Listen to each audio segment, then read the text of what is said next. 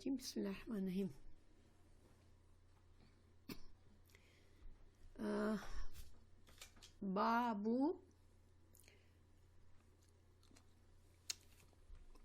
باب خوف المؤمن.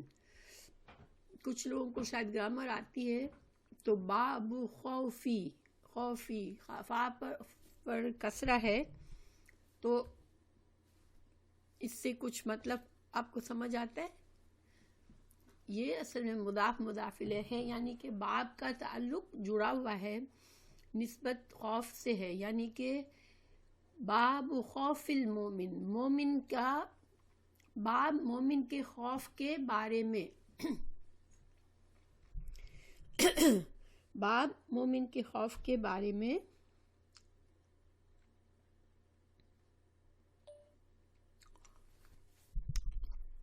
ان یہ کہ حبتا کا مطلب ہوتا ہے مٹا دینا. ٹھیک ہے، کسی چیز کو مٹا دینا، گویا وہ ہے ہی نہیں وہاں پر. ٹھیک ہے، لیکن یہاں پر حبتا جو ہے وہ جب اعمال کا حبت ہونا، یہ قرآن میں بھی اس کا ذکر ہے، حدیث میں بھی ہے. تو قرآن اور حدیث میں جب حبت عمل آتا ہے تو یہ دو طرح سے ہوتا ہے. ٹھیک ہے، ایک ہوتا ہے احباط حقیقی، حقیقی احباط. حقیقی احباط کیا ہے کہ انسان نے کوئی عمل کیا لیکن آخرت میں اس عمل کا اسے کوئی وہ عمل جو ہے وہ اس کے لیے کوئی کام نہیں آیا. کوئی نیک عمل کیا، اس نے کوئی اچھا عمل کیا لیکن وہ عمل اس کے لیے کوئی فائدہ مند نہیں ہوا آخرت میں، جیسے مٹ گیا وہ عمل. اور حبط نسبی، ایک حبط نسبی ہوتا ہے، تو اس کا مطلب یہ ہوتا ہے کہ انسان نیک اعمال کرے اور اس کو یہ ہو کہ میں آخرت میں میرے لیے میں نے جمع کر کے رکھے ہیں، لیکن اس کے ساتھ اس سے بہت سے گناہ بھی ہوتے جا رہے ہوں اور وہ یہ سوچتا ہو کہ میں نے تو تھوڑا سا انسان کو بعض اوقات ہم نیکیاں کرتے ہیں، ہم نماز پابندی سے پڑھتے ہیں، روزے رکھتے ہیں، تو ہمیں تھوڑا سا یہ دل میں تسلی ہو جاتی ہے کہ ہم نے تو اتنے سارے نیک کام کیے ہیں، تو اگر پھر ہم سے کوئی غلطی ہوتی ہے تو ہم تھوڑا سا اس کو لائٹلی لیتے ہیں کہ کوئی بات نہیں، ہم نے اتنے تو اچھے کام ہم نے کیے ہیں، انشاءاللہ تو ہمیں جہنم سے تو بچ جائیں گے ہم. تو یہ بہت خطرناک ہوتی ہے بات، کیونکہ حبط نسبی کو کیا ہوتا ہے کہ انسان نے نیک اعمال تو کیے لیکن ساتھ ہی ساتھ گناہ بھی بہت سے کر لیے. تو اب کیا ہوتا ہے کہ قیامت کے دن اس کے نیکیوں اور گناہوں کو جب ناپا جاتا ہے تو اب دونوں برابر نکلتے ہیں یا گناہ نیکیوں سے بڑھ چکے ہوتے ہیں، تو پھر اس مومن کو اس کی نیکیوں کا اجر ڈیلے کر دیا جاتا ہے. نیکیاں جب انسان ایمان کے ساتھ نیکی کرتا ہے تو اس کا اجر یہ ہے کہ اس کو اللہ تعالیٰ جنت نصیب کرے. لیکن چونکہ انسان جب ساتھ ساتھ گناہ بھی کر رہا ہے اور اس کے گناہ بڑھ گئے نیکیوں سے، تو پھر کیا ہوتا ہے کہ اس کی نیکیوں کے اجر کو ڈیلے کر دیا جاتا ہے، اس کے گناہوں کی سزا کے طور پر اسے جہنم میں ڈالا جاتا ہے اور وہ اپنے گناہوں کی سزا پوری کرتا ہے. یا اللہ سبحانہ وتعالیٰ رسول اللہ صلی اللہ علیہ وسلم یا جس کی بھی شفاعت اللہ چاہے اس کو اللہ تعالیٰ قبول کر لے، یا اللہ اپنی مرضی سے اس کو جلدی جہنم سے نجات دے دے. لیکن بہرحال وہ جہنم میں اپنی سزا بھگت کے پھر جب فارغ ہوگا، جب اس کی نیکیوں کا اجر اسے ملے گا، اس کو جنت کے طور پر ملے گا اس کو وہ اجر. تو یہاں پر ہے کہ مومن کا یہ خوف سوری میرا گلا تھوڑا خراب ہے. مومن کا یہ خوف کہ اس کے اعمال ضائع ہو جائیں، وَهُوَ لَا يَشْعُرُ، اور اس کو شعور بھی نہ ہو.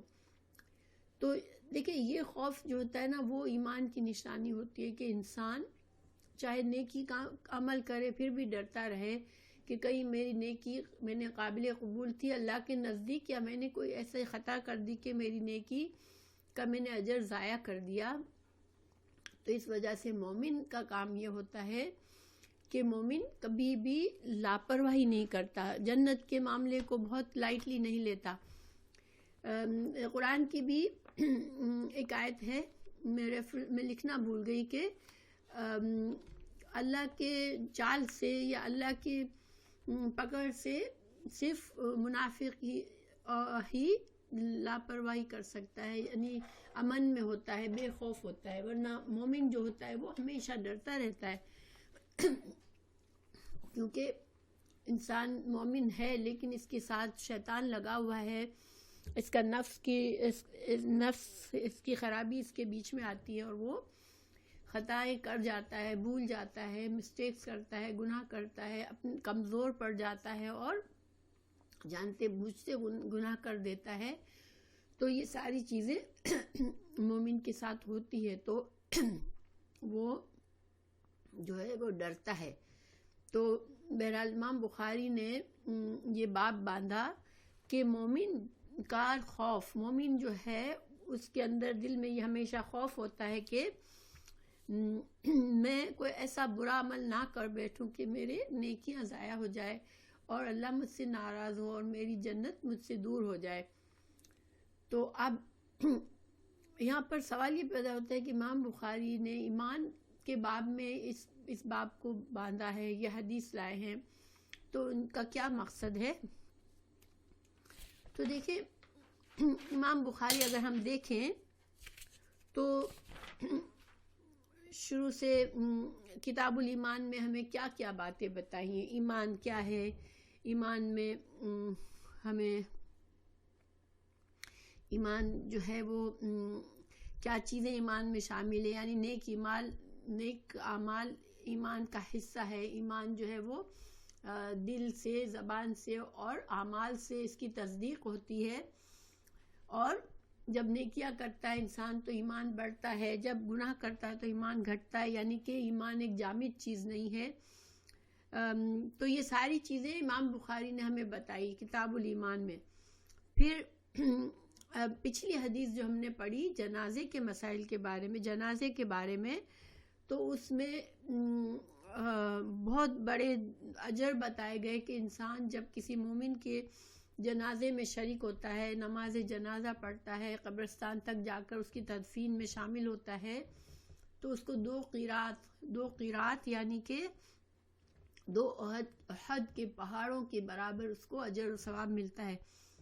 تو اب مومن یہ سوچے کہ میں نے تو کتنے جنازے اٹینڈ کر لیا، اب میرے پاس تو اتنا اجر و ثواب ہو گیا، تو اب میرے لیے شاید کافی ہو گیا. یا ہمیں کبھی کوئی لیلۃ القدر کے بارے میں ہے کہ اس میں گناہ معاف ہو جاتے، یا ہم نے حج کر لیا، ہم نے گناہ معاف ہو گئے، تو اب ہم فارغ ہیں، اب ہم اپنی مرضی سے ریلیکس ہو جائے، ہمیں فکر کرنے کی ضرورت نہیں ہے. تو انسان کے دل میں آتا ہے نا کہ اتنی آسانی سے تو اجر و ثواب مل جاتا ہے، تو انسان ایسے کام کر لے جس سے بہت زیادہ اجر و ثواب ملا، اور پھر وہ لاپرواہی کرے اور اپنی منمانی کی زندگی گزارے. تو کیا امام بخاری یہ ثابت کر رہے ہیں کہ کیا انسان کے ایمان پر اثر آئے گا اس کا، کہ جب انسان جو ہے وہ کیا ایمان جو ہے وہ صرف اس کا جو بڑھ گیا ایک بار اس نے کام کر لیے، اس نے نیکیاں کمائی اور نیکیوں سے ڈائریکٹ ایمان کا تعلق ہے، تو اب کیا اب اس کا ایمان سیف ہو گیا؟ تو اب امام بخاری ایسی حدیث لائے جس سے ہمیں پتہ چلتا ہے کہ ایمان کے نقصان ہو جاتا ہے ہمارے اعمال سے. ہم اگر بعض اوقات بہت چھوٹے اعمال سمجھ کر ایسے اعمال کر جاتے ہیں جس سے ہمیں بہت بڑا نقصان ہو جاتا ہے، تو اس لیے امام بخاری اس حدیث کو لائے، اس باب کو لائے ہیں یہاں پر، اس میں یہ حدیث بیان فرمائی ہے. تو باب میں ہی امام بخاری نے کچھ ایسے حوالات دیے ہیں تاکہ وہ اپنی بات کو اچھی طرح سے واضح کر سکے اور ان کو دلائل کو ہمیں سمجھا سکے. تو اس میں ہے وقال ابراہیم، ابھی باب ہی چل رہا ہے، ٹھیک ہے، باب ابھی حدیث نہیں شروع ہوئی ہے. تو ابراہیم التیمیو نے کہا، ابراہیم تیمیو جو تھے وہ بہت بڑے تابعی تھے، اور یہ واعظ و نصیحت کرتے تھے، لوگوں کو علم سکھاتے تھے اور لوگوں کو واعظ و نصیحت کرتے تھے۔ ان کا قول بیان کر رہے امام بخاری، تو جب بھی میں نے پیش کیا قولی اپنے قول کو، یعنی جو میں باتیں اچھی اچھی لوگوں سے کرتا ہوں، لوگوں کو سمجھاتا ہوں، جب میں اپنے تنہائی میں اپنی ان باتوں پر غور کرتا ہوں، عملی پھر میں اپنے عمل کو دیکھتا ہوں، اللہ تو کیا ہوتا ہے، خشیتو میں ڈر جاتا ہوں، ان نکونا کہ میں کہیں نہ ہو جاؤں مکذبن جھٹلانے والا۔ یعنی ایمان کا تقاضا یہ کہ انسان جو ہے وہ اپنے قول اور فعل میں متضاد نہ ہونا چاہیے۔ ہم لوگوں میں اچھی باتیں کرنے والے ہیں اور لوگ سمجھتے ہیں ہم بڑے اچھے مسلمان ہیں، لیکن ہمارا عمل جو ہے اس کے مطابق نہیں ہے، تو یہ کیا ہے، یہ ایمان کے منافی ہے۔ ایمان انسان کا ہے زبان سے کہنا، لیکن اعمال سے، اپنے رویے سے، اپنے اخلاق سے، ہم کس طرح سے اپنی زندگی گزارتے ہیں، ہم کس طرح سے دوسروں سے معاملات کرتے ہیں، ان سب میں ایمان کا اثر ہوتا ہے۔ اور ان سب کو، کیونکہ ایمان کی کتنی شاخیں بتائی، 70 سے زیادہ، یعنی 60 اور 70 سے زیادہ شاخیں بتائی آپ صلی اللہ علیہ وسلم نے۔ تو یہ ہر شاخ جو ہے یا کوئی ہمارے اعمال سے مطابق ہے، یا ہمارے اخلاق سے متعلق ہے، یا ہمارے معاملات سے متعلق ہے۔ تو ایمان کی حفاظت اگر ہمیں کرنی ہے تو ہمیں اپنے اعمال کے ساتھ ساتھ اپنے اخلاق کی حفاظت کرنی ہے، اپنے معاملات کی حفاظت کرنی ہے، تب جا کے ہم اپنے ایمان کی حفاظت کر سکتے ہیں، ٹھیک ہے۔ اور اگر ہمارے اندر یہ بات نہیں ہے تو پھر کیا ہوتا ہے، ہم اپنے ایمان کا نقصان کرتے ہیں۔ گویا کہ ایک منافق ہوتا ہے، وہ جھٹلاتا ہے اپنے ایمان کو، کیسے کہ لوگوں کے سامنے تو بڑے اچھی اچھی باتیں کرتا ہے، اپنا ایمان جتاتا ہے، لیکن جو تنہائی میں جب ہوتا ہے تو وہ اس کا عمل جو ہوتا ہے وہ اپنی باتوں کے مطابق نہیں ہوتا۔ تو یہ جو کہ بہت بڑے عالم تھے، تو یہ ان کی ایک طرح سے عاجزی تھی ان کے اندر، کہ وہ اپنے فکر کرتے تھے کہ میں اگر دوسروں کو اچھی بات بتاتا ہوں تو کیا میں اسی طرح بالکل عمل بھی کرتا ہوں یا نہیں۔ اور یہ بہت ضروری ہے، جب بھی کوئی آپ کسی کی اصلاح کرنا چاہیں، میں خود بعض اوقات جب کچھ اچھی بات بتاتی ہوں تو پھر میں بتاتے بتاتے ایک دم سے ڈر بھی آ جاتا ہے کہ کیا میں اس لیول کی طرح ہر وقت اپنے عمل سے اس لیول پر ہوتی ہوں یا نہیں۔ اور یہ ظاہری بات ہے کہ انسانوں کے لیے مشکل ہے، کیونکہ انسان جو ہے وہ کمزور ہے، انسان کے پیچھے شیطان بھی لگا ہوا ہے، انسان کا دل بدلتا رہتا ہے۔ اللہ تعالیٰ نے خود دعا سکھائی، یا مقلب القلوب ثبت قلبی علی دینک، کہ انسان کا دل جو ہے وہ الٹ پلٹ ہوتا رہتا ہے، تو ہمارا ایمان بھی اس کے مطابق جو ہے وہ اوپر نیچے جاتا رہتا ہے۔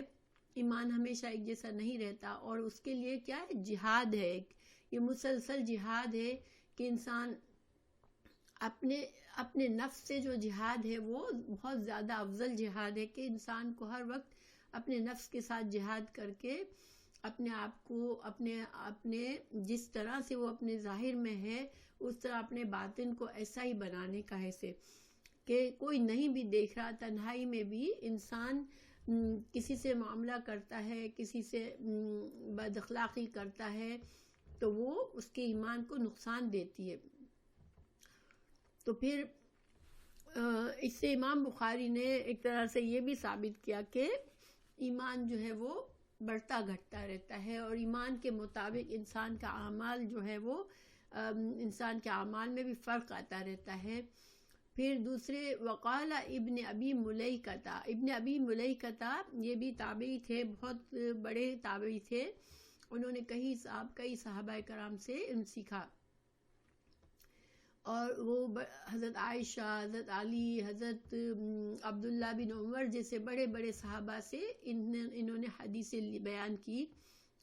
تو وہ کہتے ہیں ادرکتو، میں نے پایا، میں نے ملاقات کی، 30 من اصحاب النبی، 30 صحابہ کرام سے میں نے ملاقات کی صلی اللہ علیہ وسلم، کلہم ان میں سے ہر ایک یخاف وہ ڈرتا تھا النفاق نفاق سے، علی نفسہ ہی اپنے بارے میں، یعنی کہ اتنے بڑے بڑے کبار صحابہ سے میں نے حدیثیں لی، ان سے ملاقات کی، اور ان سب کا رویہ ایسا مجھے نظر آیا کہ وہ سب اپنے نفس سے ڈرتے ہیں، اور نفاق کہیں ان کو ڈر ہوتا ہے کہ ہم سے نفاق نہ ہو جائے۔ کیوں؟ کیونکہ انہوں نے صحابہ کرام نے آپ صلی اللہ علیہ وسلم کا زمانہ پایا، آپ کی محفلیں پائی، آپ کے جیسے ملاقات سے، آپ کی کمپنی سے ان کے اندر جو تزکیہ نفس ہوا۔ اب آپ صلی اللہ علیہ وسلم دنیا سے رخصت ہو گئے تو ان کے لیے ایک جو منبر تھا، ایک روشنی کی سورس تھی، ایک مسلسل ان کی جو قوت دینے والی چیز تھی ان کے ایمان کو، تو جیسے ایک طرح سے اوجھل ہو گئے، تو ان کو پھر اپنے لیے ڈر لگنے لگا کہ ہم کوئی ایسا عمل نہ کر بیٹھے کہ ہماری ایمان کو نقصان ہو جائے۔ اور یہ تقویٰ کا دیکھیں، مومن کا یہی حال ہوتا ہے کہ مومن جو ہے کبھی بھی اپنے آپ سے ریلیکس نہیں ہوتا کہ میں نیک ہوں، میں بہت نیک ہوں اور مجھے کوئی فکر کی بات نہیں ہے، مجھے اب ہدایت مل گئی، اب مجھے کوئی فکر کی بات نہیں ہے۔ مومن کبھی اس طرح نہیں سوچتا۔ حضرت امام حنبل جو تھے وہ جب دنیا سے رخصت ہو رہے تھے، موت کی غشی تاری تھی ان کے اوپر، کبھی ہوش میں آتے کبھی بے ہوش ہو جاتے، تو ایسے میں وہ بڑبڑا رہے تھے، نہیں ابھی نہیں ابھی نہیں ابھی نہیں۔ پھر تھوڑا سا ہوش آیا تو ان کے بیٹے نے ان سے کہا کہ ان کو بڑی حیرت تھی کہ میرے باپ نے اپنی ساری زندگی اتنے تقویٰ کے ہائی لیول سے گزاری، اتنے ایمان میں گزاری، اور کیوں اس قدر موت سے جھگڑ رہے ہیں کہ موت مجھے ابھی نہ آئے، کیوں مرنے سے اتنا گھبرا رہے ہیں۔ تو انہوں نے اپنے باپ سے پوچھا کہ آپ کیوں موت سے اتنا ڈر رہے ہیں کہ آپ مسلسل کہہ رہے ہیں ابھی نہیں ابھی نہیں؟ تو امام حنبل نے کہا نہیں، یہ بات نہیں ہے، مجھے شیطان نے آ کر کہا کہ تو میرے ہاتھ سے نکل گیا، تو بچ گیا، تو میں اس سے کہہ رہا تھا کہ نہیں ابھی نہیں، ابھی جب تک میری روح نہیں نکل جاتی اس وقت تک میں تیرا مقابلہ کروں گا، میں ریلیکس تمہارے معنی کہ شیطان کے بارے میں انسان کو آخری سانسوں تک ریلیکس نہیں ہونا، کیونکہ یہ ایسا دشمن ہے کہ انسان کو اکساتا ہے اور بڑی چالاکی سے اکساتا ہے، نیک انسان کے اندر ریاکاری پیدا کر کے اس کو اکساتا ہے کہ تو بہت نیک آدمی ہے اور تو بہت کچھ تم نے کر لیا، اور جہاں انسان اپنے آپ کو بہت نیک سمجھنے لگتا ہے وہاں سمجھ لے کہ اس کی خرابی شروع ہو جاتی ہے۔ انسان کو ہمیشہ اللہ سے ڈرنا چاہیے، اللہ کے ساتھ مضبوط تعلق رکھنا چاہیے، حفاظت کی دعا مانگنی چاہیے کہ اللہ مجھے حفاظت میں رکھ اور میرے ایمان کی حفاظت کر، کیونکہ جہاں ہم نے اپنے آپ کے بارے میں ذرا ریلیکس ہو گئے، اور دیکھیں جتنا زیادہ انسان ایمان میں بڑھتا ہے نا، جیسے علماء کرام ہیں ان کے لیے، اور جو بڑے بڑے لوگ ہیں، جو صحابہ کرام کا رتبہ بہت بڑا تھا، تو اسی لحاظ سے ان کا خوف بھی بہت زیادہ تھا کہ ہم کہیں کوئی ایسا کام نہ کر بیٹھے کہ ہمارا ایمان خراب ہو۔ تو اب دیکھیں کہ آج مسلمان کیا اس طرح سے سوچتے ہیں، ہم تھوڑی سی ہمارے دل میں ہم نے کوئی اچھا کام کر لیا تو ہم اپنے آپ کو ہی ہوا میں اڑنے لگتے ہیں کہ بس اب ٹھیک ہے۔ بہت سے لوگوں کو میں نے دیکھا ہے کہ وہ ایک سرٹن نمبر تک کلمات پڑھ لیتے، کلمہ لا الہ الا اللہ محمد رسول اللہ کی تسبیح پڑھ لیتے ہیں، پھر وہ بڑے مطمئن ہوتے کہتے میں نے اتنے کلمات اتنے دفعہ کلمہ پڑھ لیا ہے اپنے لیے، تو پھر اب اس کا مطلب ان کا یہ ہوتا ہے کہ اب مجھے کوئی فکر نہیں ہے، اب میرے لیے تو جنت انتظار کر رہی ہے۔ لیکن ایسا نہیں، ایک مومن کو یہ نہیں کہا گیا کہ وہ لاپرواہی کرے۔ حدیث بھی ہے، میں بتاتی ہوں انشاءاللہ۔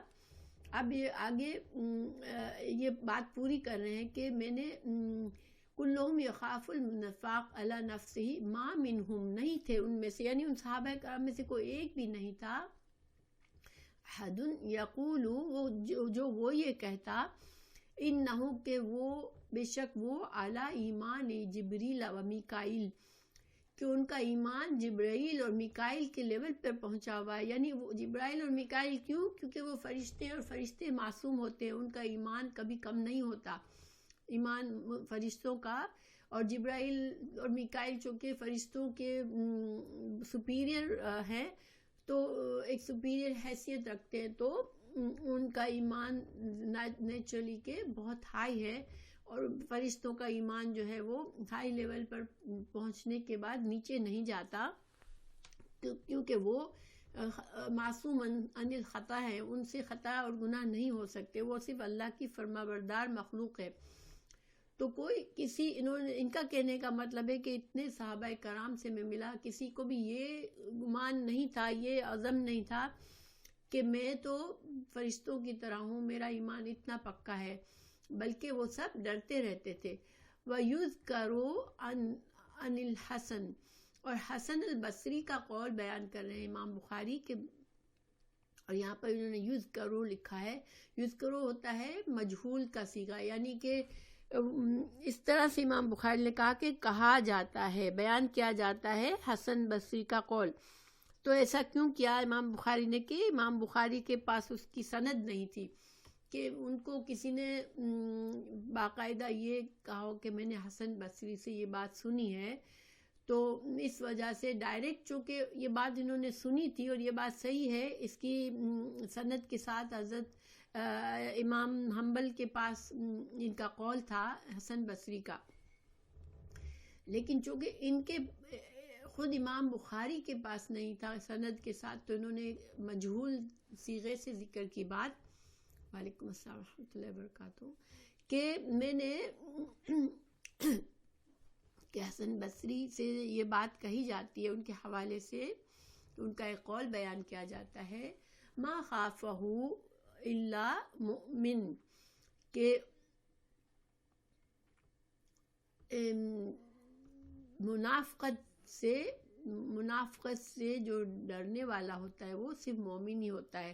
ایک مومن ہی کی کو فکر لگی رہتی ہے کہ کہیں میرا ایمان کمزور نہ ہو جائے، کہیں مجھ سے میری زبان، میری قول اور میرے فعل میں تضاد نہ ہو جائے، کیونکہ ہر انسان کو پسند ہوتا ہے کہ وہ اپنے بارے میں اچھی اچھی باتیں کرے، یا اچھی باتیں بڑی واعظ و نصیحت کرے، یا لوگوں کو ایسی باتیں کرے جس سے لوگ یہ سمجھے کہ یہ بہت نیک آدمی ہے، لیکن اس پہ اپنا عمل پہ نظر نہ رکھے. تو یہ اس خوف سے کبھی مومن جو ہے وہ اس خوف سے امن میں نہیں ہوتا، اس کو ہمیشہ فکر ہوتی ہے، وہ اپنے اعمال کو ہمیشہ دیکھتا رہتا ہے. ولا آمنا، اور نہیں یعنی کہ سکون میں ہوتا ہے، نہیں بھروسہ کرتا، الا منافق جو ہوتا ہے وہ اس کو یقین ہوتا ہے کہ میں، اس کو یہ فکر نہیں ہوتی، اپنے اعمال کی فکر نہیں ہوتی، وہ صرف زبان کی حد تک اس کا ایمان ہوتا ہے. تو یہ حسن البصری کا قول بتایا. اچھا، وما یحذرو، اچھا وما یحذرو اور وما یحذرو یہ وہ ہے مجہول ہے. اور جو ڈرایا گیا من الاسرار سے جو ڈرایا گیا، علی النفاق پر، والعصیان من غیر توبتی. اور یہ امام بخاری بتا رہے ہیں کہ جو اللہ تعالیٰ نے قرآن میں جو ڈرایا گیا اللہ تعالیٰ کی طرف سے، کہ اگر کوئی انسان اپنے نفاق اور عصیان پر اصرار کرتا ہے کا کیا مطلب ہے کہ انسان جانتا ہے کہ میں گناہ گار ہوں، میں گناہ کرتا ہوں، لیکن وہ اس گناہ سے توبہ نہ کرے، اور انسان کو پتا ہو کہ میرا قول اور فعل جو ہے وہ اس میں تضاد ہے، لیکن وہ اس کی فکر نہ کرے.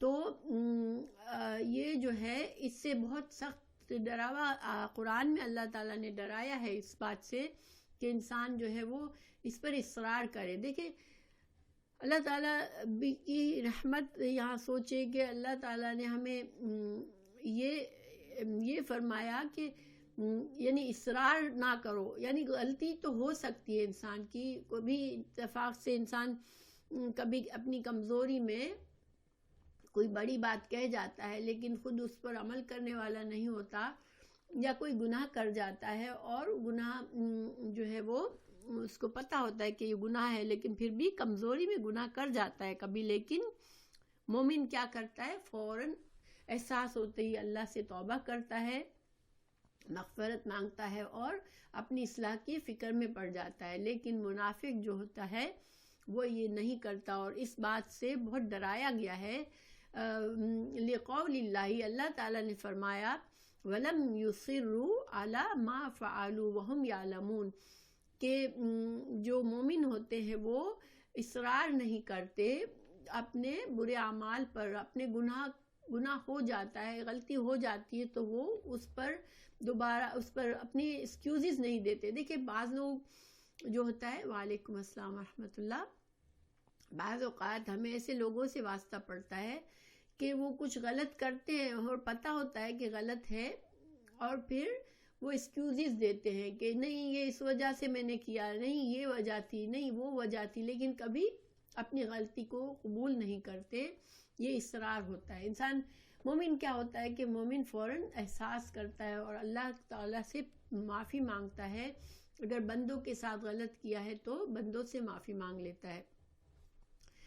تو یہ ساری باتوں سے ہمیں پتہ چلتا ہے کہ یہ بہت ہی خطرناک بات ہے. ٹھیک ہے، ہاں اوکے. یعنی انسان دیکھیں یہ حدیث جو ہے وہ مومنوں کے لیے، مسلمانوں کے لیے ڈراوے کی ہے. یہ کافروں اور منافقین کے لیے نہیں ہے، کیونکہ ان کا تو ایمان ویسے ہی نہیں ہے.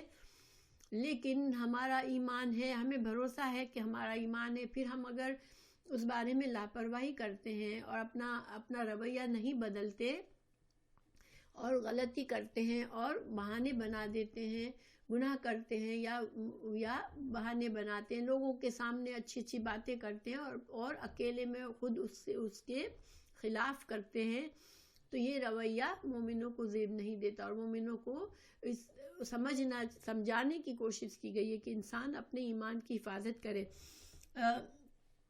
حضرت ابو ہریرہ کے بارے میں کہا جاتا ہے کہ وہ ایک حدیث سناتے تھے تو سناتے ہوئے بے ہوش ہو جاتے تھے، ڈر کے مارے. اتنا خوف ان پر طاری ہو جاتا تھا کہ بے ہوش ہو جاتے تھے. حالانکہ حضرت ابو ہریرہ جو تھے وہ سب سے زیادہ حدیث کے جمع کرنے والے تھے. آپ صلی اللہ علیہ وسلم کے پاس اتنا وقت گزارا. 6 ہجری میں آپ صلی اللہ علیہ وسلم کے پاس آئے خیبر کے جنگ کے بعد، اور پھر اس کے بعد کبھی آپ کو چھوڑا ہی نہیں. مسجد میں اصحاب صفہ میں رہتے تھے. مسجد کے اندر ہی کچھ لوگ اپنا سب کچھ چھوڑ کر مسجد میں رہتے تھے، اور ظاہر ہے کہ تنگ دستی میں، بھوک میں ہر چیز برداشت کرتے تھے، لیکن ایمان کی خاطر کہ بس ہمیں آپ صلی اللہ علیہ وسلم کی صحبت نصیب ہو، ہمیں دین کا علم حاصل ہو. تو ایسے انسان تھے. لیکن ایک حدیث میں تھوڑا سا بتاتی ہوں کہ اس حدیث میں کیا ہے جو حضرت ابو ہریرہ خوف سے بے ہوش ہو جاتے تھے، کہ اس میں ان تین لوگوں کے بارے میں بتایا گیا جو کہ سب سے پہلے ان کو جہنم میں ڈال دیا جائے گا. حالانکہ وہ مسلمان ہوں گے اور وہ نیک اعمال کرنے والے ہوں گے. تو ایک جو ہے وہ عالم ہوگا جو کہ قرآن کا عالم ہوگا، اس کو قرآن کا علم ہوگا، اور وہ بڑا مشہور قاری ہوگا، دین قرآن پڑھتا ہوگا، سکھاتا ہوگا. اب اس سے اللہ تعالیٰ پوچھے گا کہ تجھے میں نے قرآن کا علم عطا کیا، تو نے کیا کیا؟ تو وہ کہے گا کہ میں نے تو دن رات لوگوں کو اس کی قرآن خود بھی پڑھا اور لوگوں تک پہنچایا. تو اللہ تعالیٰ فرمائے گا نہیں، تو جھوٹ بولتا ہے، تو اس لیے تلاوت کرتا تھا کہ تو قاری کا خطاب حاصل کرے، تو وہ تجھے مل گیا.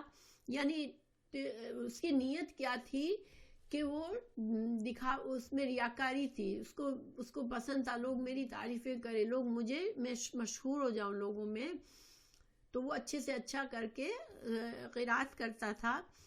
تو اللہ تعالیٰ نے کہا نہیں، تو لوگوں سے تو چاہتا تھا کہ تجھے لوگ بڑا قاری سمجھے، تو تجھے وہ تو لوگوں کی طرف سے تو تجھے شہرت مل گئی، تو تیرا بدلہ اب نہیں ہے کچھ.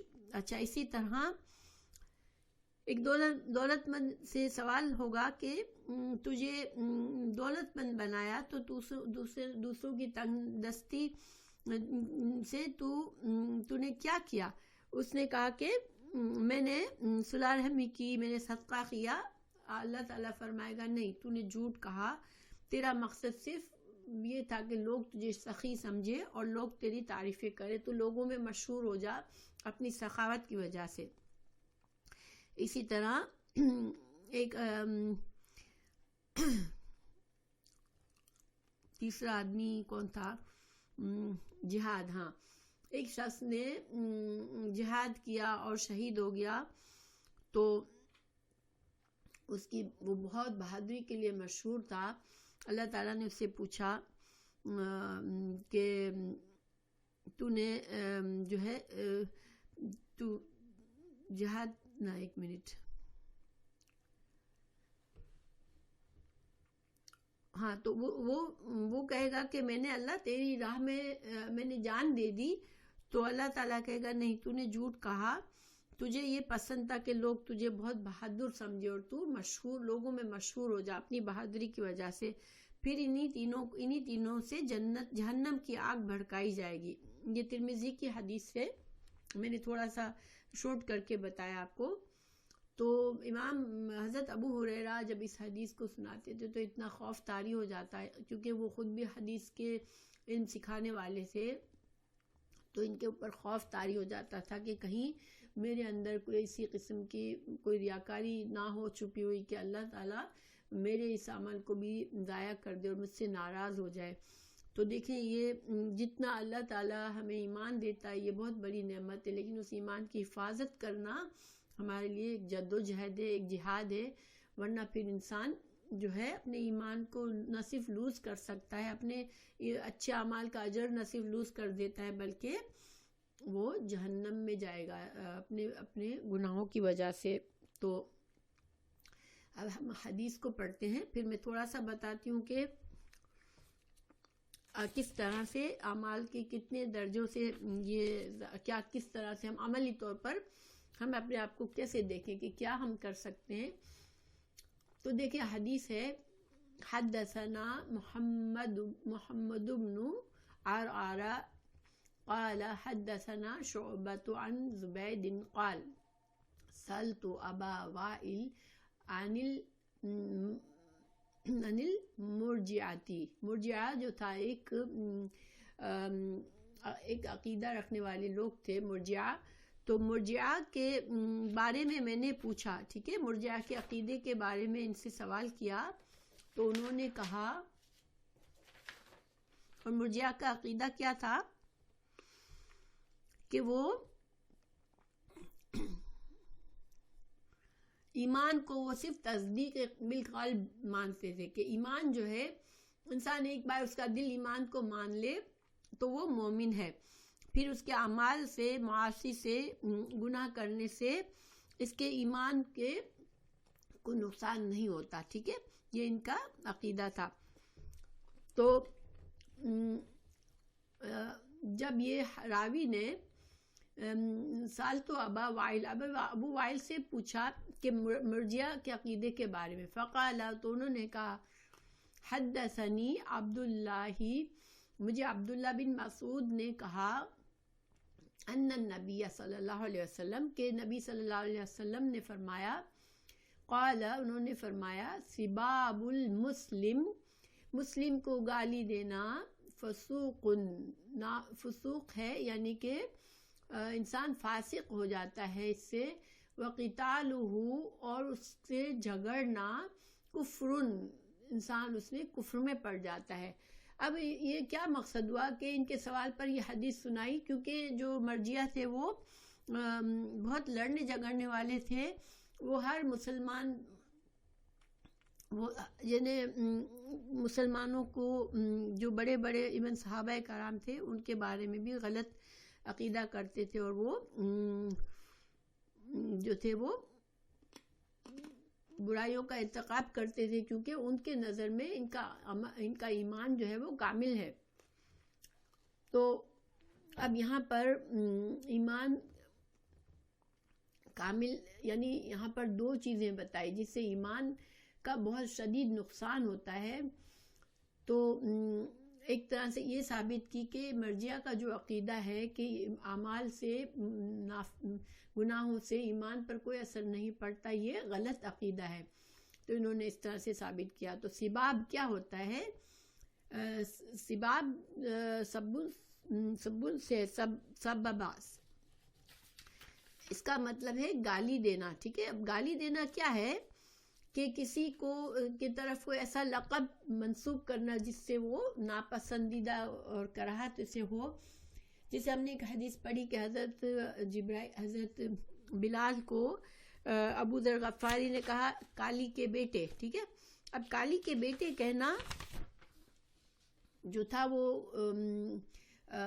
دیکھا جائے آج کے زمانے میں جس طرح کی لینگویج لوگ استعمال کرتے ہیں وہ کوئی بڑی بات نہیں تھی، کیونکہ ان کی والدہ حبشہ سے تھی تو وہ بات تو صحیح تھی، لیکن اس طرح سے کہنا جس سے انسان کو عار محسوس ہو تو یہ گالی ہے، اور اس پر آپ صلی اللہ علیہ وسلم بہت ناراض ہوئے تھے حضرت ابو ذر غفاری سے کہ تمہارے اندر جاہلیت موجود ہے ابھی، یعنی کہ کفر کا اثر ابھی تمہارے اندر موجود ہے۔ تو سباب المسلم، مسلم کو گالی دینا جو ہے وہ کیا ہے؟ وہ بہت بڑا گناہ ہے، فسق ہے۔ اور قتال ہو، جھگڑا کرنا، اس سے لڑائی جھگڑا مار دھاڑ کرنا، وہ کیا ہے؟ کفر ہے۔ اب یہاں پر یہ کفر جو ہے وہ اعتقادی کفر نہیں ہے، بلکہ وہ کفر جو ہے وہ کفریہ عمل ہے، ٹھیک ہے۔ کیونکہ اس کی دلیل ہمیں کہاں ملتی ہے کہ یہ کفر نہیں بلکہ کفریہ عمل ہے، کیونکہ اللہ تعالیٰ نے سورہ مجادلہ میں فرمایا، ایک منٹ، سورہ حجرات 9 میں، ان طائفتان من المؤمنین اقتتلوا، کہ اگر دو مومن گروہ میں آپس میں لڑائی ہو جائے تو تم کیا کرو؟ ان کی اصلاح کر دو۔ یعنی اللہ تعالیٰ نے ان کو کافر نہیں کہا، ان کو مومن ہی کہا، دونوں گروہ کو، اور دوسرے مومنوں کو چاہیے کہ ان کی اصلاح کر دے۔ تو یہ کفر اعتقادی کفر نہیں بلکہ یہ ایسا کفر ہے جو کہ عملی کفر ہے، کہ انسان مومن ہو کے کافروں کی طرح کے عمل کرتا ہے، اور اس طرح ظاہری بات ہے کہ اس کی سزا بھی بہت بڑی ہے۔ جب مسلمانوں میں جب آپس میں لڑائی جھگڑے ہوتے ہیں تو اس سے اگلی حدیث سے امام بخاری اسی لیے لائے کہ اس سے نعمتیں چھن جاتی ہیں، اور اس حدیث میں ہمیں بتایا گیا کہ یہ کفریہ عمل ہے۔ تو لڑنا جھگڑنا مومنوں میں یہ بہت معمولی بات نہیں ہے۔ دیکھیں آج اگر ہم مسلمانوں کی زندگی کو دیکھتے ہیں، ہر خاندان کو دیکھتے ہیں، ہر گھر کو دیکھتے ہیں، تو جھگڑا کوئی معمولی بات ہے بالکل، لیکن جب انسان دو مسلمان جھگڑتے ہیں تو ایکچولی ہوتا یہ ہے کہ شیطان آ جاتا ہے، اور شیطان پھر ہر انسان کے ساتھ شیطان لگا ہوا ہوتا ہے، تو دو شیطان لڑ رہے ہوتے ہیں آپس میں، ٹھیک ہے۔ اس وقت شیطان حاوی ہو جاتے ہیں انسانوں پر، اور پھر آپ نے دیکھا ہوگا کہ جب انسان غصے میں جھگڑ رہے ہوتے ہیں تو ایک دوسرے کو ایسی باتیں کہہ دیتے ہیں جو کہ کبھی بھی عام حالات میں وہ نہ کہتے۔ اپنے پیاروں کو جن کے ساتھ رہ رہے ہوتے ہو، جن سے محبت بھی رکھتے ہو، جن کی کیئر بھی کرتے ہو، تم ان کو ایسی تکلیف دہ باتیں کہہ جاتے ہو غصے میں یا جھگڑے میں، جو اگر عام حالات میں تم نہیں کہتے، کیونکہ شیطان حاوی ہو جاتا ہے۔ آپ صلی اللہ علیہ وسلم اس جگہ نہیں بیٹھتے تھے جہاں پر ایک بار حضرت ابو بکر صدیق اور حضرت عمر فاروق میں تھوڑا سا کچھ بات ہو گئی کہ جس پر ذرا ایک دوسرے سے کچھ آواز بلند کر کے کچھ کہنے لگے، جیسے جھگڑا سا ہو گیا، تو آپ صلی اللہ علیہ وسلم اٹھ کر چلے گئے وہاں سے۔ اور اسی طرح حضرت ایک بار ابو بکر صدیق آپ صلی اللہ علیہ وسلم کے پاس بیٹھے تھے اور ایک آدمی آیا اور اس نے بری زبان استعمال کرنا شروع کی اور حضرت ابو بکر صدیق کو بھی کچھ بری باتیں کہنے لگا اور آپ صلی اللہ علیہ وسلم کے شان میں بھی کچھ گستاخی کی. تو حضرت ابو بکر آپ صلی اللہ علیہ وسلم جو تھے وہ اس وقت کچھ نہیں کہہ رہے تھے، خاموش تھے، بلکہ آپ کے چہرے پر ایک مسکراہٹ سی تھی.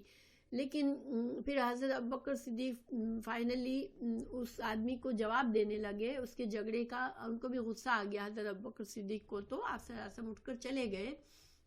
تو بعد میں حضرت ابو بکر صدیق نے پوچھا کہ یا رسول اللہ، آپ نے دیکھا وہ آدمی میرے ساتھ کتنی زیادتی کر رہا تھا اور آپ اس وقت کچھ بھی نہیں کہہ رہے تھے، آپ مسکرا رہے تھے، اور جب میں نے کچھ کہا تو آپ اٹھ کر چلے گئے. تو رسول اللہ صلی اللہ علیہ وسلم نے فرمایا کہ جب وہ آدمی آپ کو برا بھلا کہہ رہا تھا تو فرشتہ آپ کی طرف سے اس کو جواب دے رہا تھا، اس کی ہر لعنت اس پر لوٹا رہا تھا، ہر گالی اس کی طرف لوٹا رہا تھا. لیکن جب آپ نے جواب دینا شروع کیا تو فرشتہ چلا گیا اور میں وہاں نہیں رہتا جہاں سے فرشتے چلے جاتے ہیں.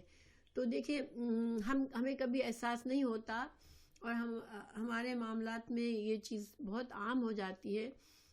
اور بعض اوقات ہمیں تھوڑا بہت سمجھ ہوتی ہے کہ جھگڑنے سے ہم بچنا چاہتے ہیں، لیکن کوئی بھی ہمارے جن کے ساتھ ہمارا واسطہ ہوتا ہے ان کا رویہ بعض اوقات ایسا ہو جاتا ہے کہ ہم نہ چاہتے ہوئے بھی جھگڑا ہو جاتا ہے. لیکن اللہ سبحانہ وتعالیٰ سے ہمیشہ دعا بھی کریں کہ ہمارے گھروں میں جھگڑے نہ ہوں، کیونکہ جھگڑوں سے جو ہے وہ نعمتیں چھن جاتی ہے، اللہ کی نعمتیں چھن جاتی ہے.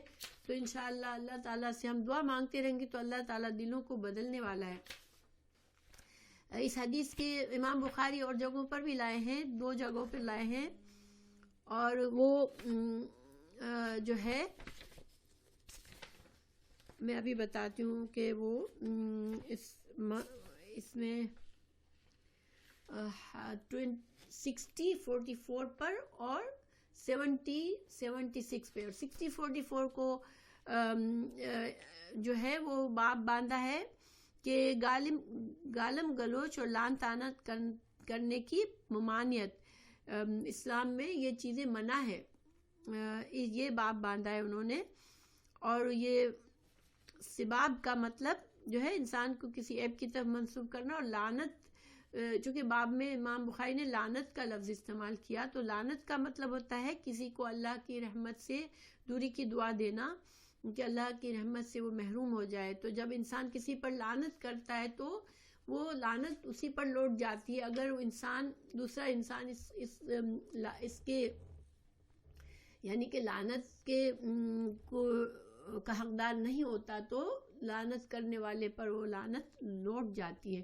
جسی طرح کسی کو کافر یا منافق کہنے والے پر وہ بات لوٹ آتی ہے اگر وہ انسان ایسا نہیں ہے.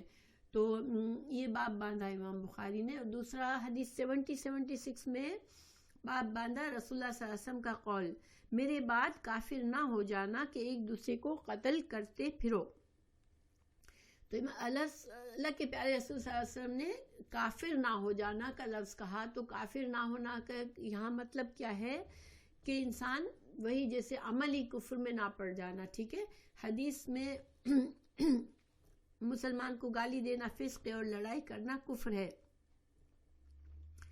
تو کافروں جیسے اعمال نہ کرنا، یہ اللہ کے پیارے رسول صلی اللہ علیہ وسلم نے خاص طور سے اس کی ممانعت کی ہے. تو یہ 2 جگہوں پہ امام بخاری لائے ہیں. اللہ تعالی ہمیں ان برے اخلاق سے بچائے، کیونکہ یہ برے اخلاق ہیں. کسی کو بد زبانی کرنا، بعض اوقات انسان کے پاس چوائس نہیں ہوتی ہے، انسان کو آرگیومنٹ کرنے پڑتے ہیں. تو جو جھگڑے کے لیے ایک تو جدال ہے، ٹھیک ہے، لفظ جدال اچھا جدال بھی ہو سکتا ہے، برا جدال بھی ہو سکتا ہے، یعنی مباحثہ کرنا، بحث کرنا. تو اللہ تعالیٰ نے خود فرمایا ہمیں کہ اہل کتاب سے تم احسن طریقے سے جدال کرو. تو جدال سے مطلب ہم ان کو اچھے طریقے سے اپنے دلائل پیش کریں تاکہ وہ ہمارے دلائل سے قائل ہو جائے. مگر جدال جو ہے وہ برے معنوں میں بھی استعمال ہوتا ہے کہ جھگڑے کے معنی میں بھی استعمال ہوتا ہے. تو بہرحال یہ جو ہے یہاں پر جو جھگڑا انسان اپنے شرعی عذر سے کوئی انسان جدال کرتا ہے تو وہ برا نہیں ہے، وہ پسندیدہ ہے کہ انسان کو اپنے دین کا دفاع کرنا ہے، انسان کو حق بات کو واضح کرنا ہے، لیکن اس میں انسان کبھی بھی بری لینگویج نہیں استعمال کرتا، بد اخلاقی نہیں کرتا. بد اخلاقی اور بد زبانی جو ہے وہ مسلمان کے زیب نہیں دیتی. اب اگلی حدیث چونکہ اسی باب میں ہے تو ہم اس کو پڑھتے ہیں. ابھی تک کوئی بات ہر چیز کلیئر ہے جو کچھ میں نے سمجھایا؟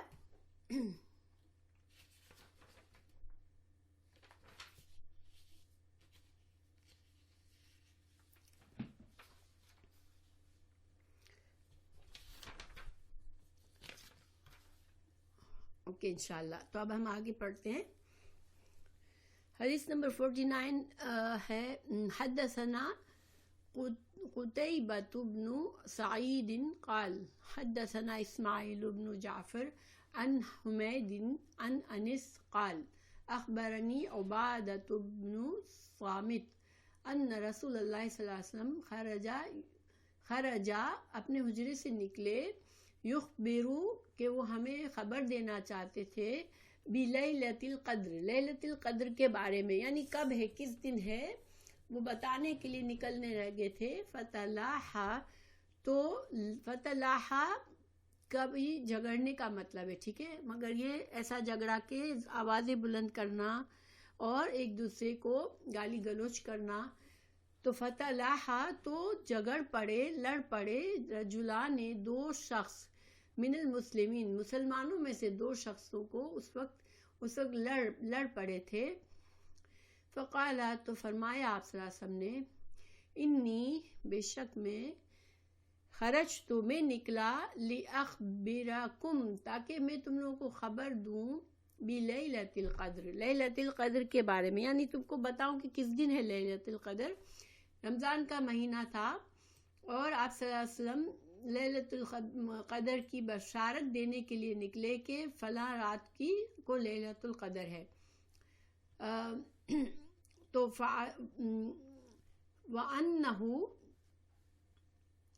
وَإِنَّهُ تو بے شک تلاحا تو جگڑ رہے تھے، فلان و فلان، یہ دو آدمی، اب صلی اللہ علیہ وسلم نے ان کے نام لیے.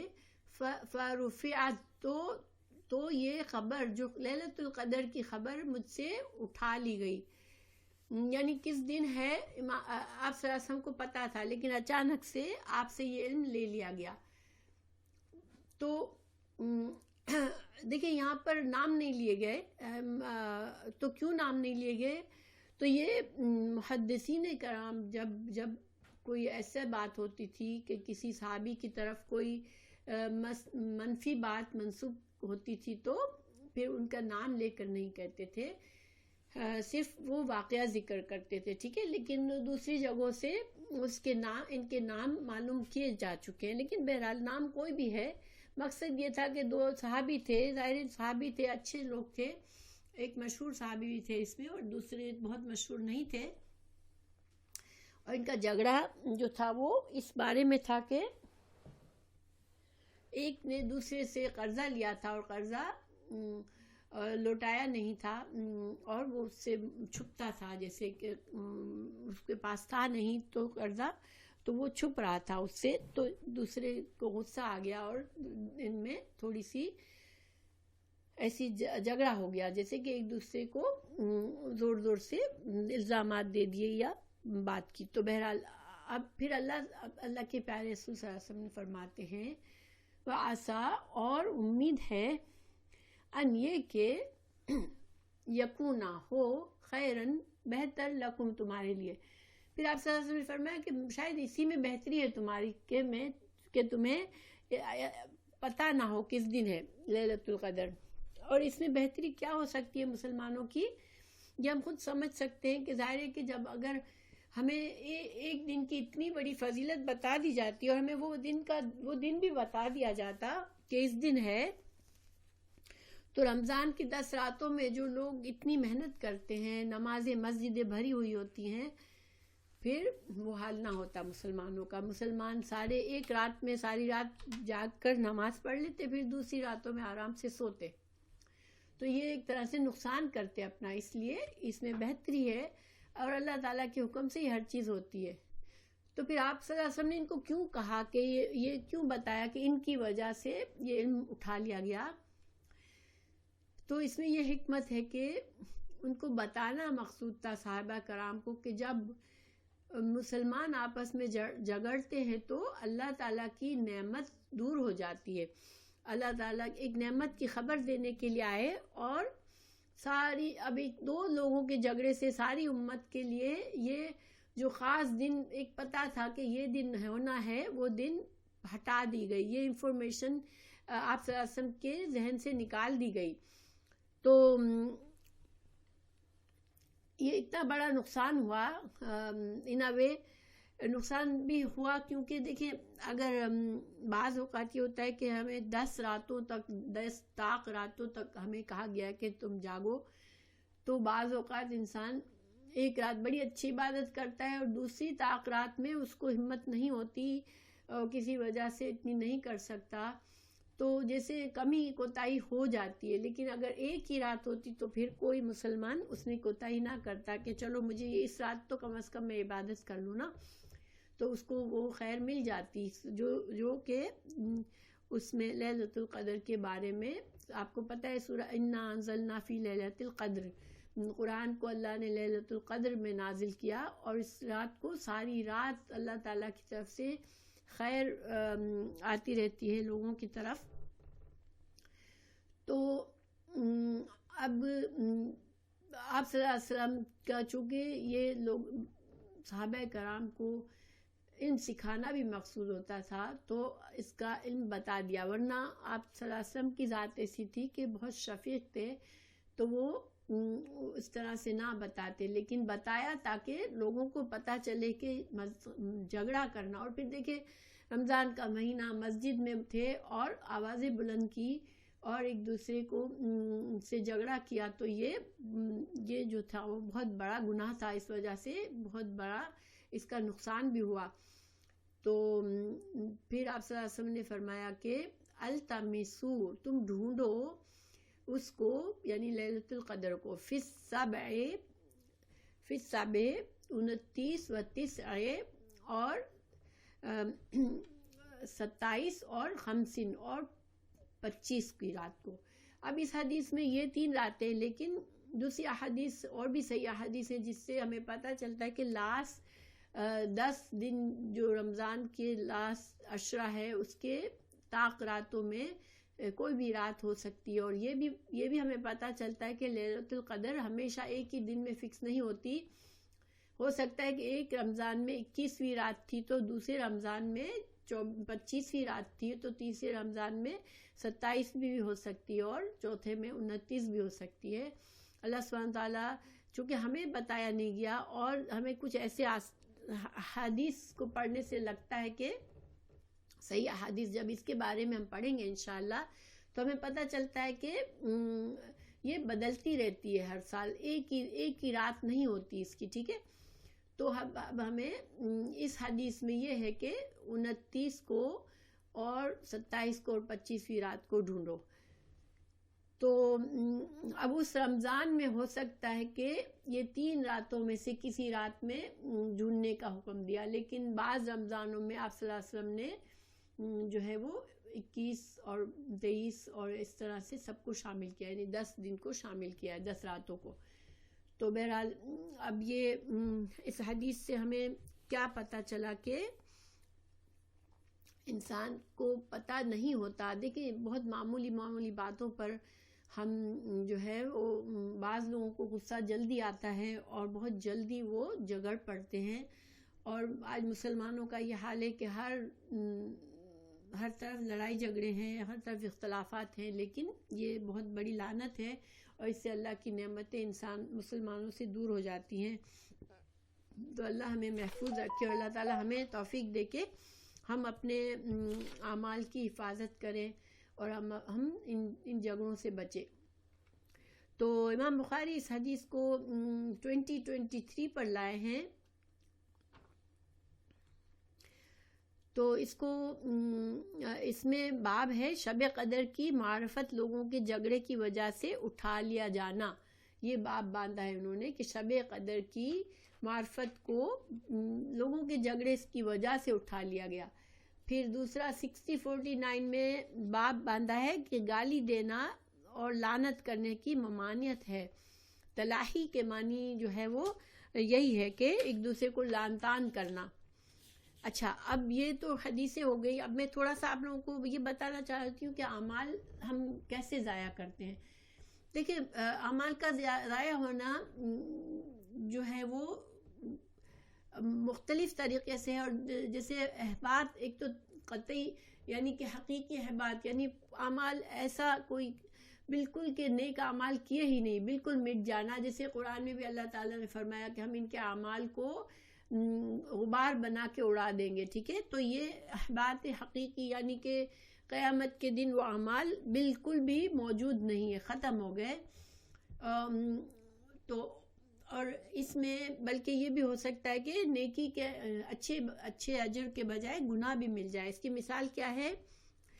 دیکھیں، فرض عبادات میں اگر انسان فرض عبادات کی جو شرائط ہیں، جو جن چیزوں سے اس عبادت کے دوران منع کیا گیا ہے، اگر ان کا خیال نہیں رکھتا تو وہ فرض عبادت جو ہے وہ ناقص ہو جاتی ہے. مثال کے طور پر اگر نماز میں انسان کے اندر خشوع نہ ہو تو وہ نماز باطل ہو جاتی ہے. خشوع نہ ہو سے کیا مطلب ہے؟ ایک حدیث سے اچھی طرح سمجھ آتی ہے بات کہ آپ صلی اللہ علیہ وسلم مسجد میں تھے. ایک صحابی یا ایک شخص آئے اور انہوں نے، ایک صحابی ہوں گے ظاہر، آپ صلی اللہ علیہ وسلم کی موجودگی میں ایمان پر تھے، تو وہ انہوں نے نماز پڑھی تو بہت زیادہ فاسٹ سجدے کیے، جیسے بس سر ابھی ٹکا نہیں زمین سے، اٹھ گئے. پھر دوبارہ اسی طرح سے بہت جلدی نماز پڑھ کے آپ صلی اللہ علیہ وسلم کے پاس آئے. تو آپ صلی اللہ علیہ وسلم نے ان سے کہا تم جا کے نماز کو دوبارہ پڑھو کیونکہ تم نے نماز نہیں پڑھی. تو گویا آپ کا یہ فرمانا کہ تم نے نماز نہیں پڑھی تو کیا تھا کہ تم نے جو ابھی نماز پڑھی وہ ناقص ہو گئی، وہ ختم ہو گئی، اس کو وہ ایسی ہو گئی جیسے تم نے پڑھی ہی نہیں ہے. تو جب فرض عبادت کو انسان اس طرح ضائع کر دیتا ہے تو ایک تو یہ ہوتا ہے کہ عبادت کا جو اجر و ثواب ہے وہ نہیں ملتا. دوسرا، اس فرض کو پورا نہ کرنے، کیونکہ فرض پورا نہیں ہوا، ہم نے نماز اپنے طریقے سے پڑھ لی، بہت فاسٹ پڑھی، اور ایسی فاسٹ پڑھی کہ بس سر ٹکا ٹک ٹک ٹک جیسے کوئی ہمارے پیچھے بھاگ رہا ہے، تو وہ کیا ہوا کہ ہماری وہ نماز قبول ہی نہیں ہوئی. تو گویا فرض نہ پورا کرنے کی وجہ سے انسان گنہگار ہوتا ہے، کیونکہ فرض عبادات کو نہ ادا کرنے سے انسان گنہگار ہوتا ہے. تو گویا اوپر سے گناہ کا چانس ہو گیا اس آدمی پر جو کہ نماز کو اس طرح سے پڑھے. تو یہ اس کا عمل ضائع ہو گیا اور اس کو بلکہ گناہ کا حقدار ہو گیا. تو آپ صلی اللہ علیہ وسلم نے اس شخص کو 3 بار اس طرح بھیجا، اس نے 3 بار اسی طرح کیا. پھر اس نے آ کر کہا آپ صلی اللہ علیہ وسلم سے کہ یا رسول اللہ آپ مجھے بتا دیں کہ میں کیسے پڑھوں. تو پھر آپ نے بتایا کہ تم اطمینان سے نماز کا ایک رکوع ادا کرو، جیسے قیام ہے تو اس میں پورے اطمینان سے جس طرح کھڑا ہونے کا ہے اس طرح کھڑا ہو کے پوری نماز قیام پورا کرو. پھر رکوع میں جاؤ تو سکون سے رکوع میں جاؤ، پھر رکوع کی جب پوزیشن میں آ جاؤ جس طرح جھکنا ہے تو پھر تسبیح کرو، پوری اس کی تسبیح کرو. پھر جب رکوع سے کھڑے ہو جاؤ تو پھر اطمینان سے پھر سیدھے کھڑے ہو جاؤ پہلے، اور پھر اس کی جو تسبیح ہے وہ کرو. اور پھر سجدے میں جاؤ تو سجدے میں اس کی سکون سے جب سجدے کی صحیح پوزیشن اختیار کر لو تو اس کی تسبیح کرو. اس طرح سے نماز کے ہر ایکشن کو سکون اطمینان سے اب صحیح پوزیشن میں جیسے ہمیں بتایا گیا ہے آنے کے بعد اس میں جو تسبیحات کرنے کی ہے، جو پڑھنے کا وہ انسان پڑھے تو نماز جو ہے وہ خشوع کے ساتھ ہوگی انشاءاللہ. کیونکہ پھر انسان کا فوکس نماز ہی کی طرف ہوگا. اگر بے دھیانی میں انسان پڑھتا ہے تبھی اس کو نہیں پتا ہو کہ وہ کیا پڑھ رہا ہے، لیکن جب سکون سے پڑھے گا تو اس کو پتا ہوگا کہ وہ کیا پڑھ رہا ہے اور اس کا دھیان اللہ کی طرف ہوگا انشاءاللہ. اچھا، اسی طرح وضو اگر نہیں ہے اور انسان بعض لوگ وضو کی پرواہ نہیں کرتے، یا وضو ناقص طریقے سے کیا، صحیح وضو نہیں کیا، وضو میں سستی بہت لوگ کر جاتے ہیں، تو وضو نہ ہو پراپر تو نماز نہیں ہوتا. انسان سمجھتا ہے میں نے نماز پڑھ لی، لیکن وہ نماز اس کی قبول ہی نہیں ہوتی. اسی طرح روزے میں اللہ تعالیٰ نے فرمایا کہ یعنی حدیث ہے کہ اللہ کو تمہارے بھوکے پیاس کے رہنے کی کوئی ضرورت نہیں ہے اگر تم گناہوں سے نہیں بچ سکتے. تو روزے میں جھوٹ بولنا، لڑائی کرنا، بد اخلاقی کرنا، لوگوں سے زیادتی کرنا، یہ ساری چیزیں روزے کو ناقص کر دیتی ہے. اسی طرح حج میں ولا رفث ولا فسوق ولا جدال، حج کے دوران رفث ہوتا ہے شوہر اور بیوی کا تعلق، شوہر اور بیوی کا تعلق کو رفث، کوئی بھی معاملہ اس معاملے میں کرنا وہ رفث ہے. سوری،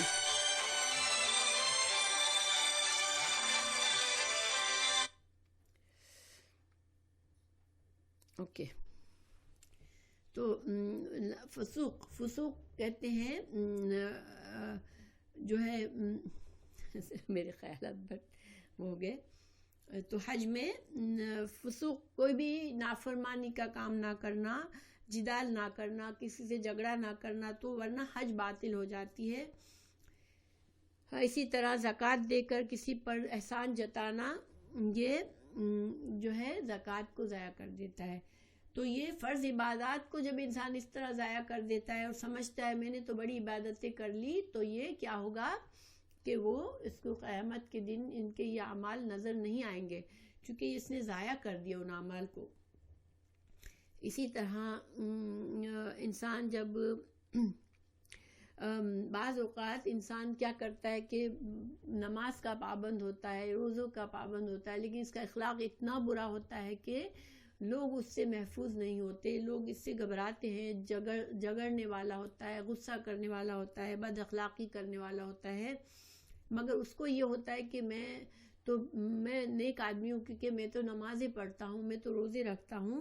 لیکن ایسے انسان کے ساتھ کیا ہوگا، جو میں نے کہا احباط نسبی، یعنی اس کے اعمال کا اجر، نیکیوں کا اجر کمپلیٹلی مٹایا نہیں جائے گا، لیکن چونکہ اس کے گناہ اتنے ہوں گے تو اس کے اعمال نامے میں اگر اس کے گناہ اس کی نیکیوں سے بڑھ جائیں گے تو اس کو پھر اس کی سزا بھگتنے کے لیے جہنم میں جانا ہوگا.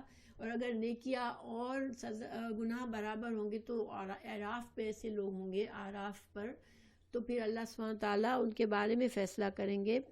تو بہرحال ایسے انسان کے نیکیوں کا جو اجر ہے اس کو تاخیر ہو جائے گی، اس کو اجر فوراً نہیں ملے گا جب تک اس کے گناہ کا معاملہ کلیئر نہیں ہوگا. اس کو پھر جنت میں جب تک نہیں جائے گا، اور جب معاملہ کلیئر ہو جائے گا پھر وہ جنت میں جائے گا.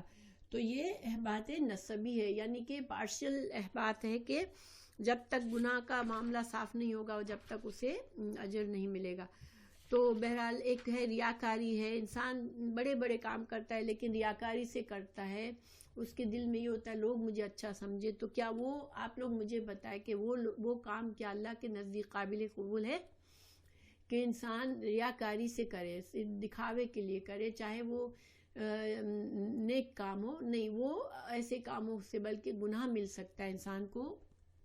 اللہ تعالیٰ نے خود فرمایا کہ لا تبطلوا صدقات بالمن والعدن، تم کسی کو صدقہ دے کے پھر اس پر احسان جتا کے اور پھر اس کو تکلیف دے کر، یا ریاکاری کے بارے میں کہا گیا کہ ریاکاری شرک ہے، تو شرک خفی ہے ریاکاری. تو انسان اگر ایسی طرح نیک اعمال کرتا ہے تو وہ خود سمجھتا ہے میں بڑا نیک ہوں، میں نے بڑے اعمال کر لیے، لیکن اس کے پاس آخرت میں کوئی کچھ نہیں ہوگا، کیونکہ اس نے ریاکاری کی تھی. اور اللہ سبحانہ تعالیٰ کو ایسے کام پسند نہیں ہے جس میں ریاکاری ہو.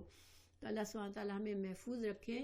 اور یہ چیزیں اتنی معمولی ہیں، امام بخاری اس لیے یہ باب باندھا کہ یہ ساری چیزیں انسان اتنی معمولی سمجھ کر کرتا ہے، لیکن سب سے اس کا ایمان خراب ہوتا ہے، اس کے نیک اعمال کا اجر ضائع ہوتا ہے اور آخرت میں وہ جنت کے بجائے جہنم میں جا سکتا ہے. تو اللہ سبحانہ تعالیٰ ہمیں محفوظ رکھے اس سے اور ہماری اصلاح فرمائے. کہ یہ چیز سے ہم کوئی بھی یہ نہیں کہہ سکتے کہ ہم تو ان گناہوں سے بری ہیں. اسی لیے صحابہ کرام ڈرتے رہتے تھے کہ ان کو پتہ تھا کہ انسان بہت جلدی خرابی کر سکتا ہے، تو وہ بہت ڈرتے تھے اپنے آپ سے. اور ہم لوگوں میں آج خوف نہیں ہے.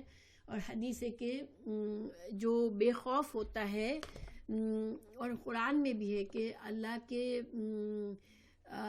کے چال سے صرف منافق ہی بے خوف ہوتا ہے. اور حدیث میں بھی ہے کہ ایک سیکنڈ،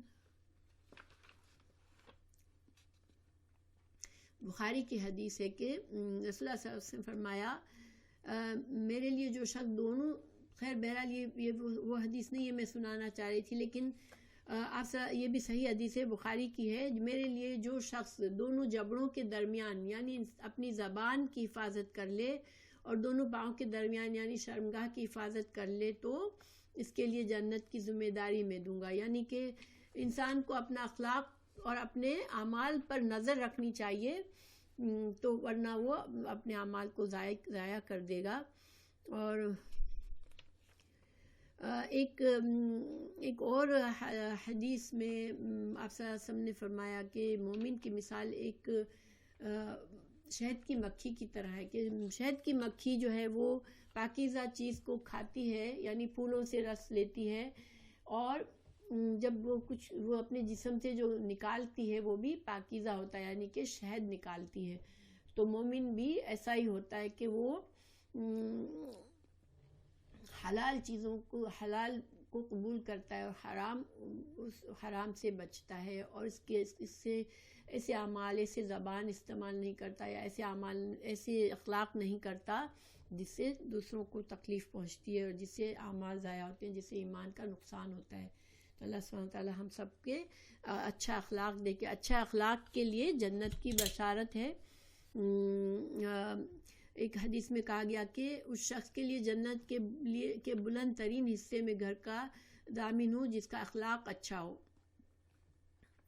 تو دیکھیں اخلاق کی وجہ سے انسان جو جنت میں سب سے ایک اور جگہ پر ہے کہ سب سے زیادہ جو جہنمی ہوں گے وہ بد اخلاقی کی وجہ سے مومن جتنے زیادہ جو جہنم میں جائیں گے تو ان کو اپنے بد اخلاقی کی وجہ سے جائیں گے، اور جتنے لوگوں کے جنت کا سبب ہوگا وہ دیکھو یہ میں بتاتی ہوں. حدیث ابن ماجہ کی ہے. ابو ہریرہ فرماتے ہیں کہ رسول اللہ صلی اللہ علیہ وسلم سے سوال کیا گیا کہ کون سے اعمال انسان کو زیادہ جنت میں لے جانے کا سبب بنیں گے. آپ صلی اللہ علیہ وسلم نے فرمایا اللہ کا ڈر اور حسن اخلاق. اور پوچھا گیا کون سی چیزیں انسانوں کو زیادہ جہنم میں جانے کا سبب ہوگی. آپ صلی اللہ علیہ وسلم نے فرمایا 2 خالی چیزیں، منہ اور شرمگاہ. تو اچھا اخلاق انسان کے لیے جنت میں جانے کا سبب ہے، اور برا اخلاق جہنم میں لے جانے والا ہے. تو اللہ سبحانہ وتعالی ہمیں محفوظ رکھے.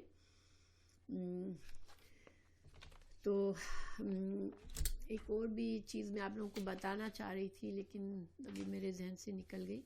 بہرحال انشاءاللہ دیکھیں ہم ویسے اگر غور فکر بھی کریں تو دیکھیں انسان کی زبان کے برے استعمال سے جو لوگوں کے دل ٹوٹتے ہیں اور جو تکلیف ہوتی ہے وہ بہت ہی بڑی تکلیف ہوتی ہے. بعض اوقات انسان اور بولنے والے کو بعض اوقات احساس بھی نہیں ہوتا.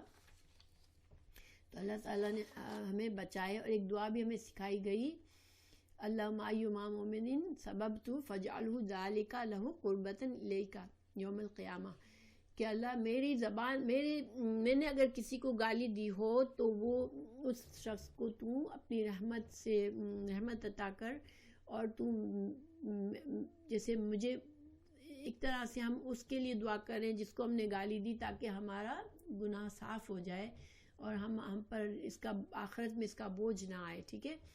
تو بہرحال انشاءاللہ ایک دعا بھی ہے کہ اللہم کما حسنت خلقی فحسن خلقی. جب ہم آئینے کے پاس ہو یا ویسے بھی انسان جب اپنے اوپر غور کرے اللہ نے مجھے اچھا بنایا ہے، تو اللہ سبحانہ تعالیٰ سے اپنے اخلاق کی اچھائی کی دعا کرتے رہیں انشاءاللہ. تو اللہ تعالیٰ ہم سب کو بہترین اخلاق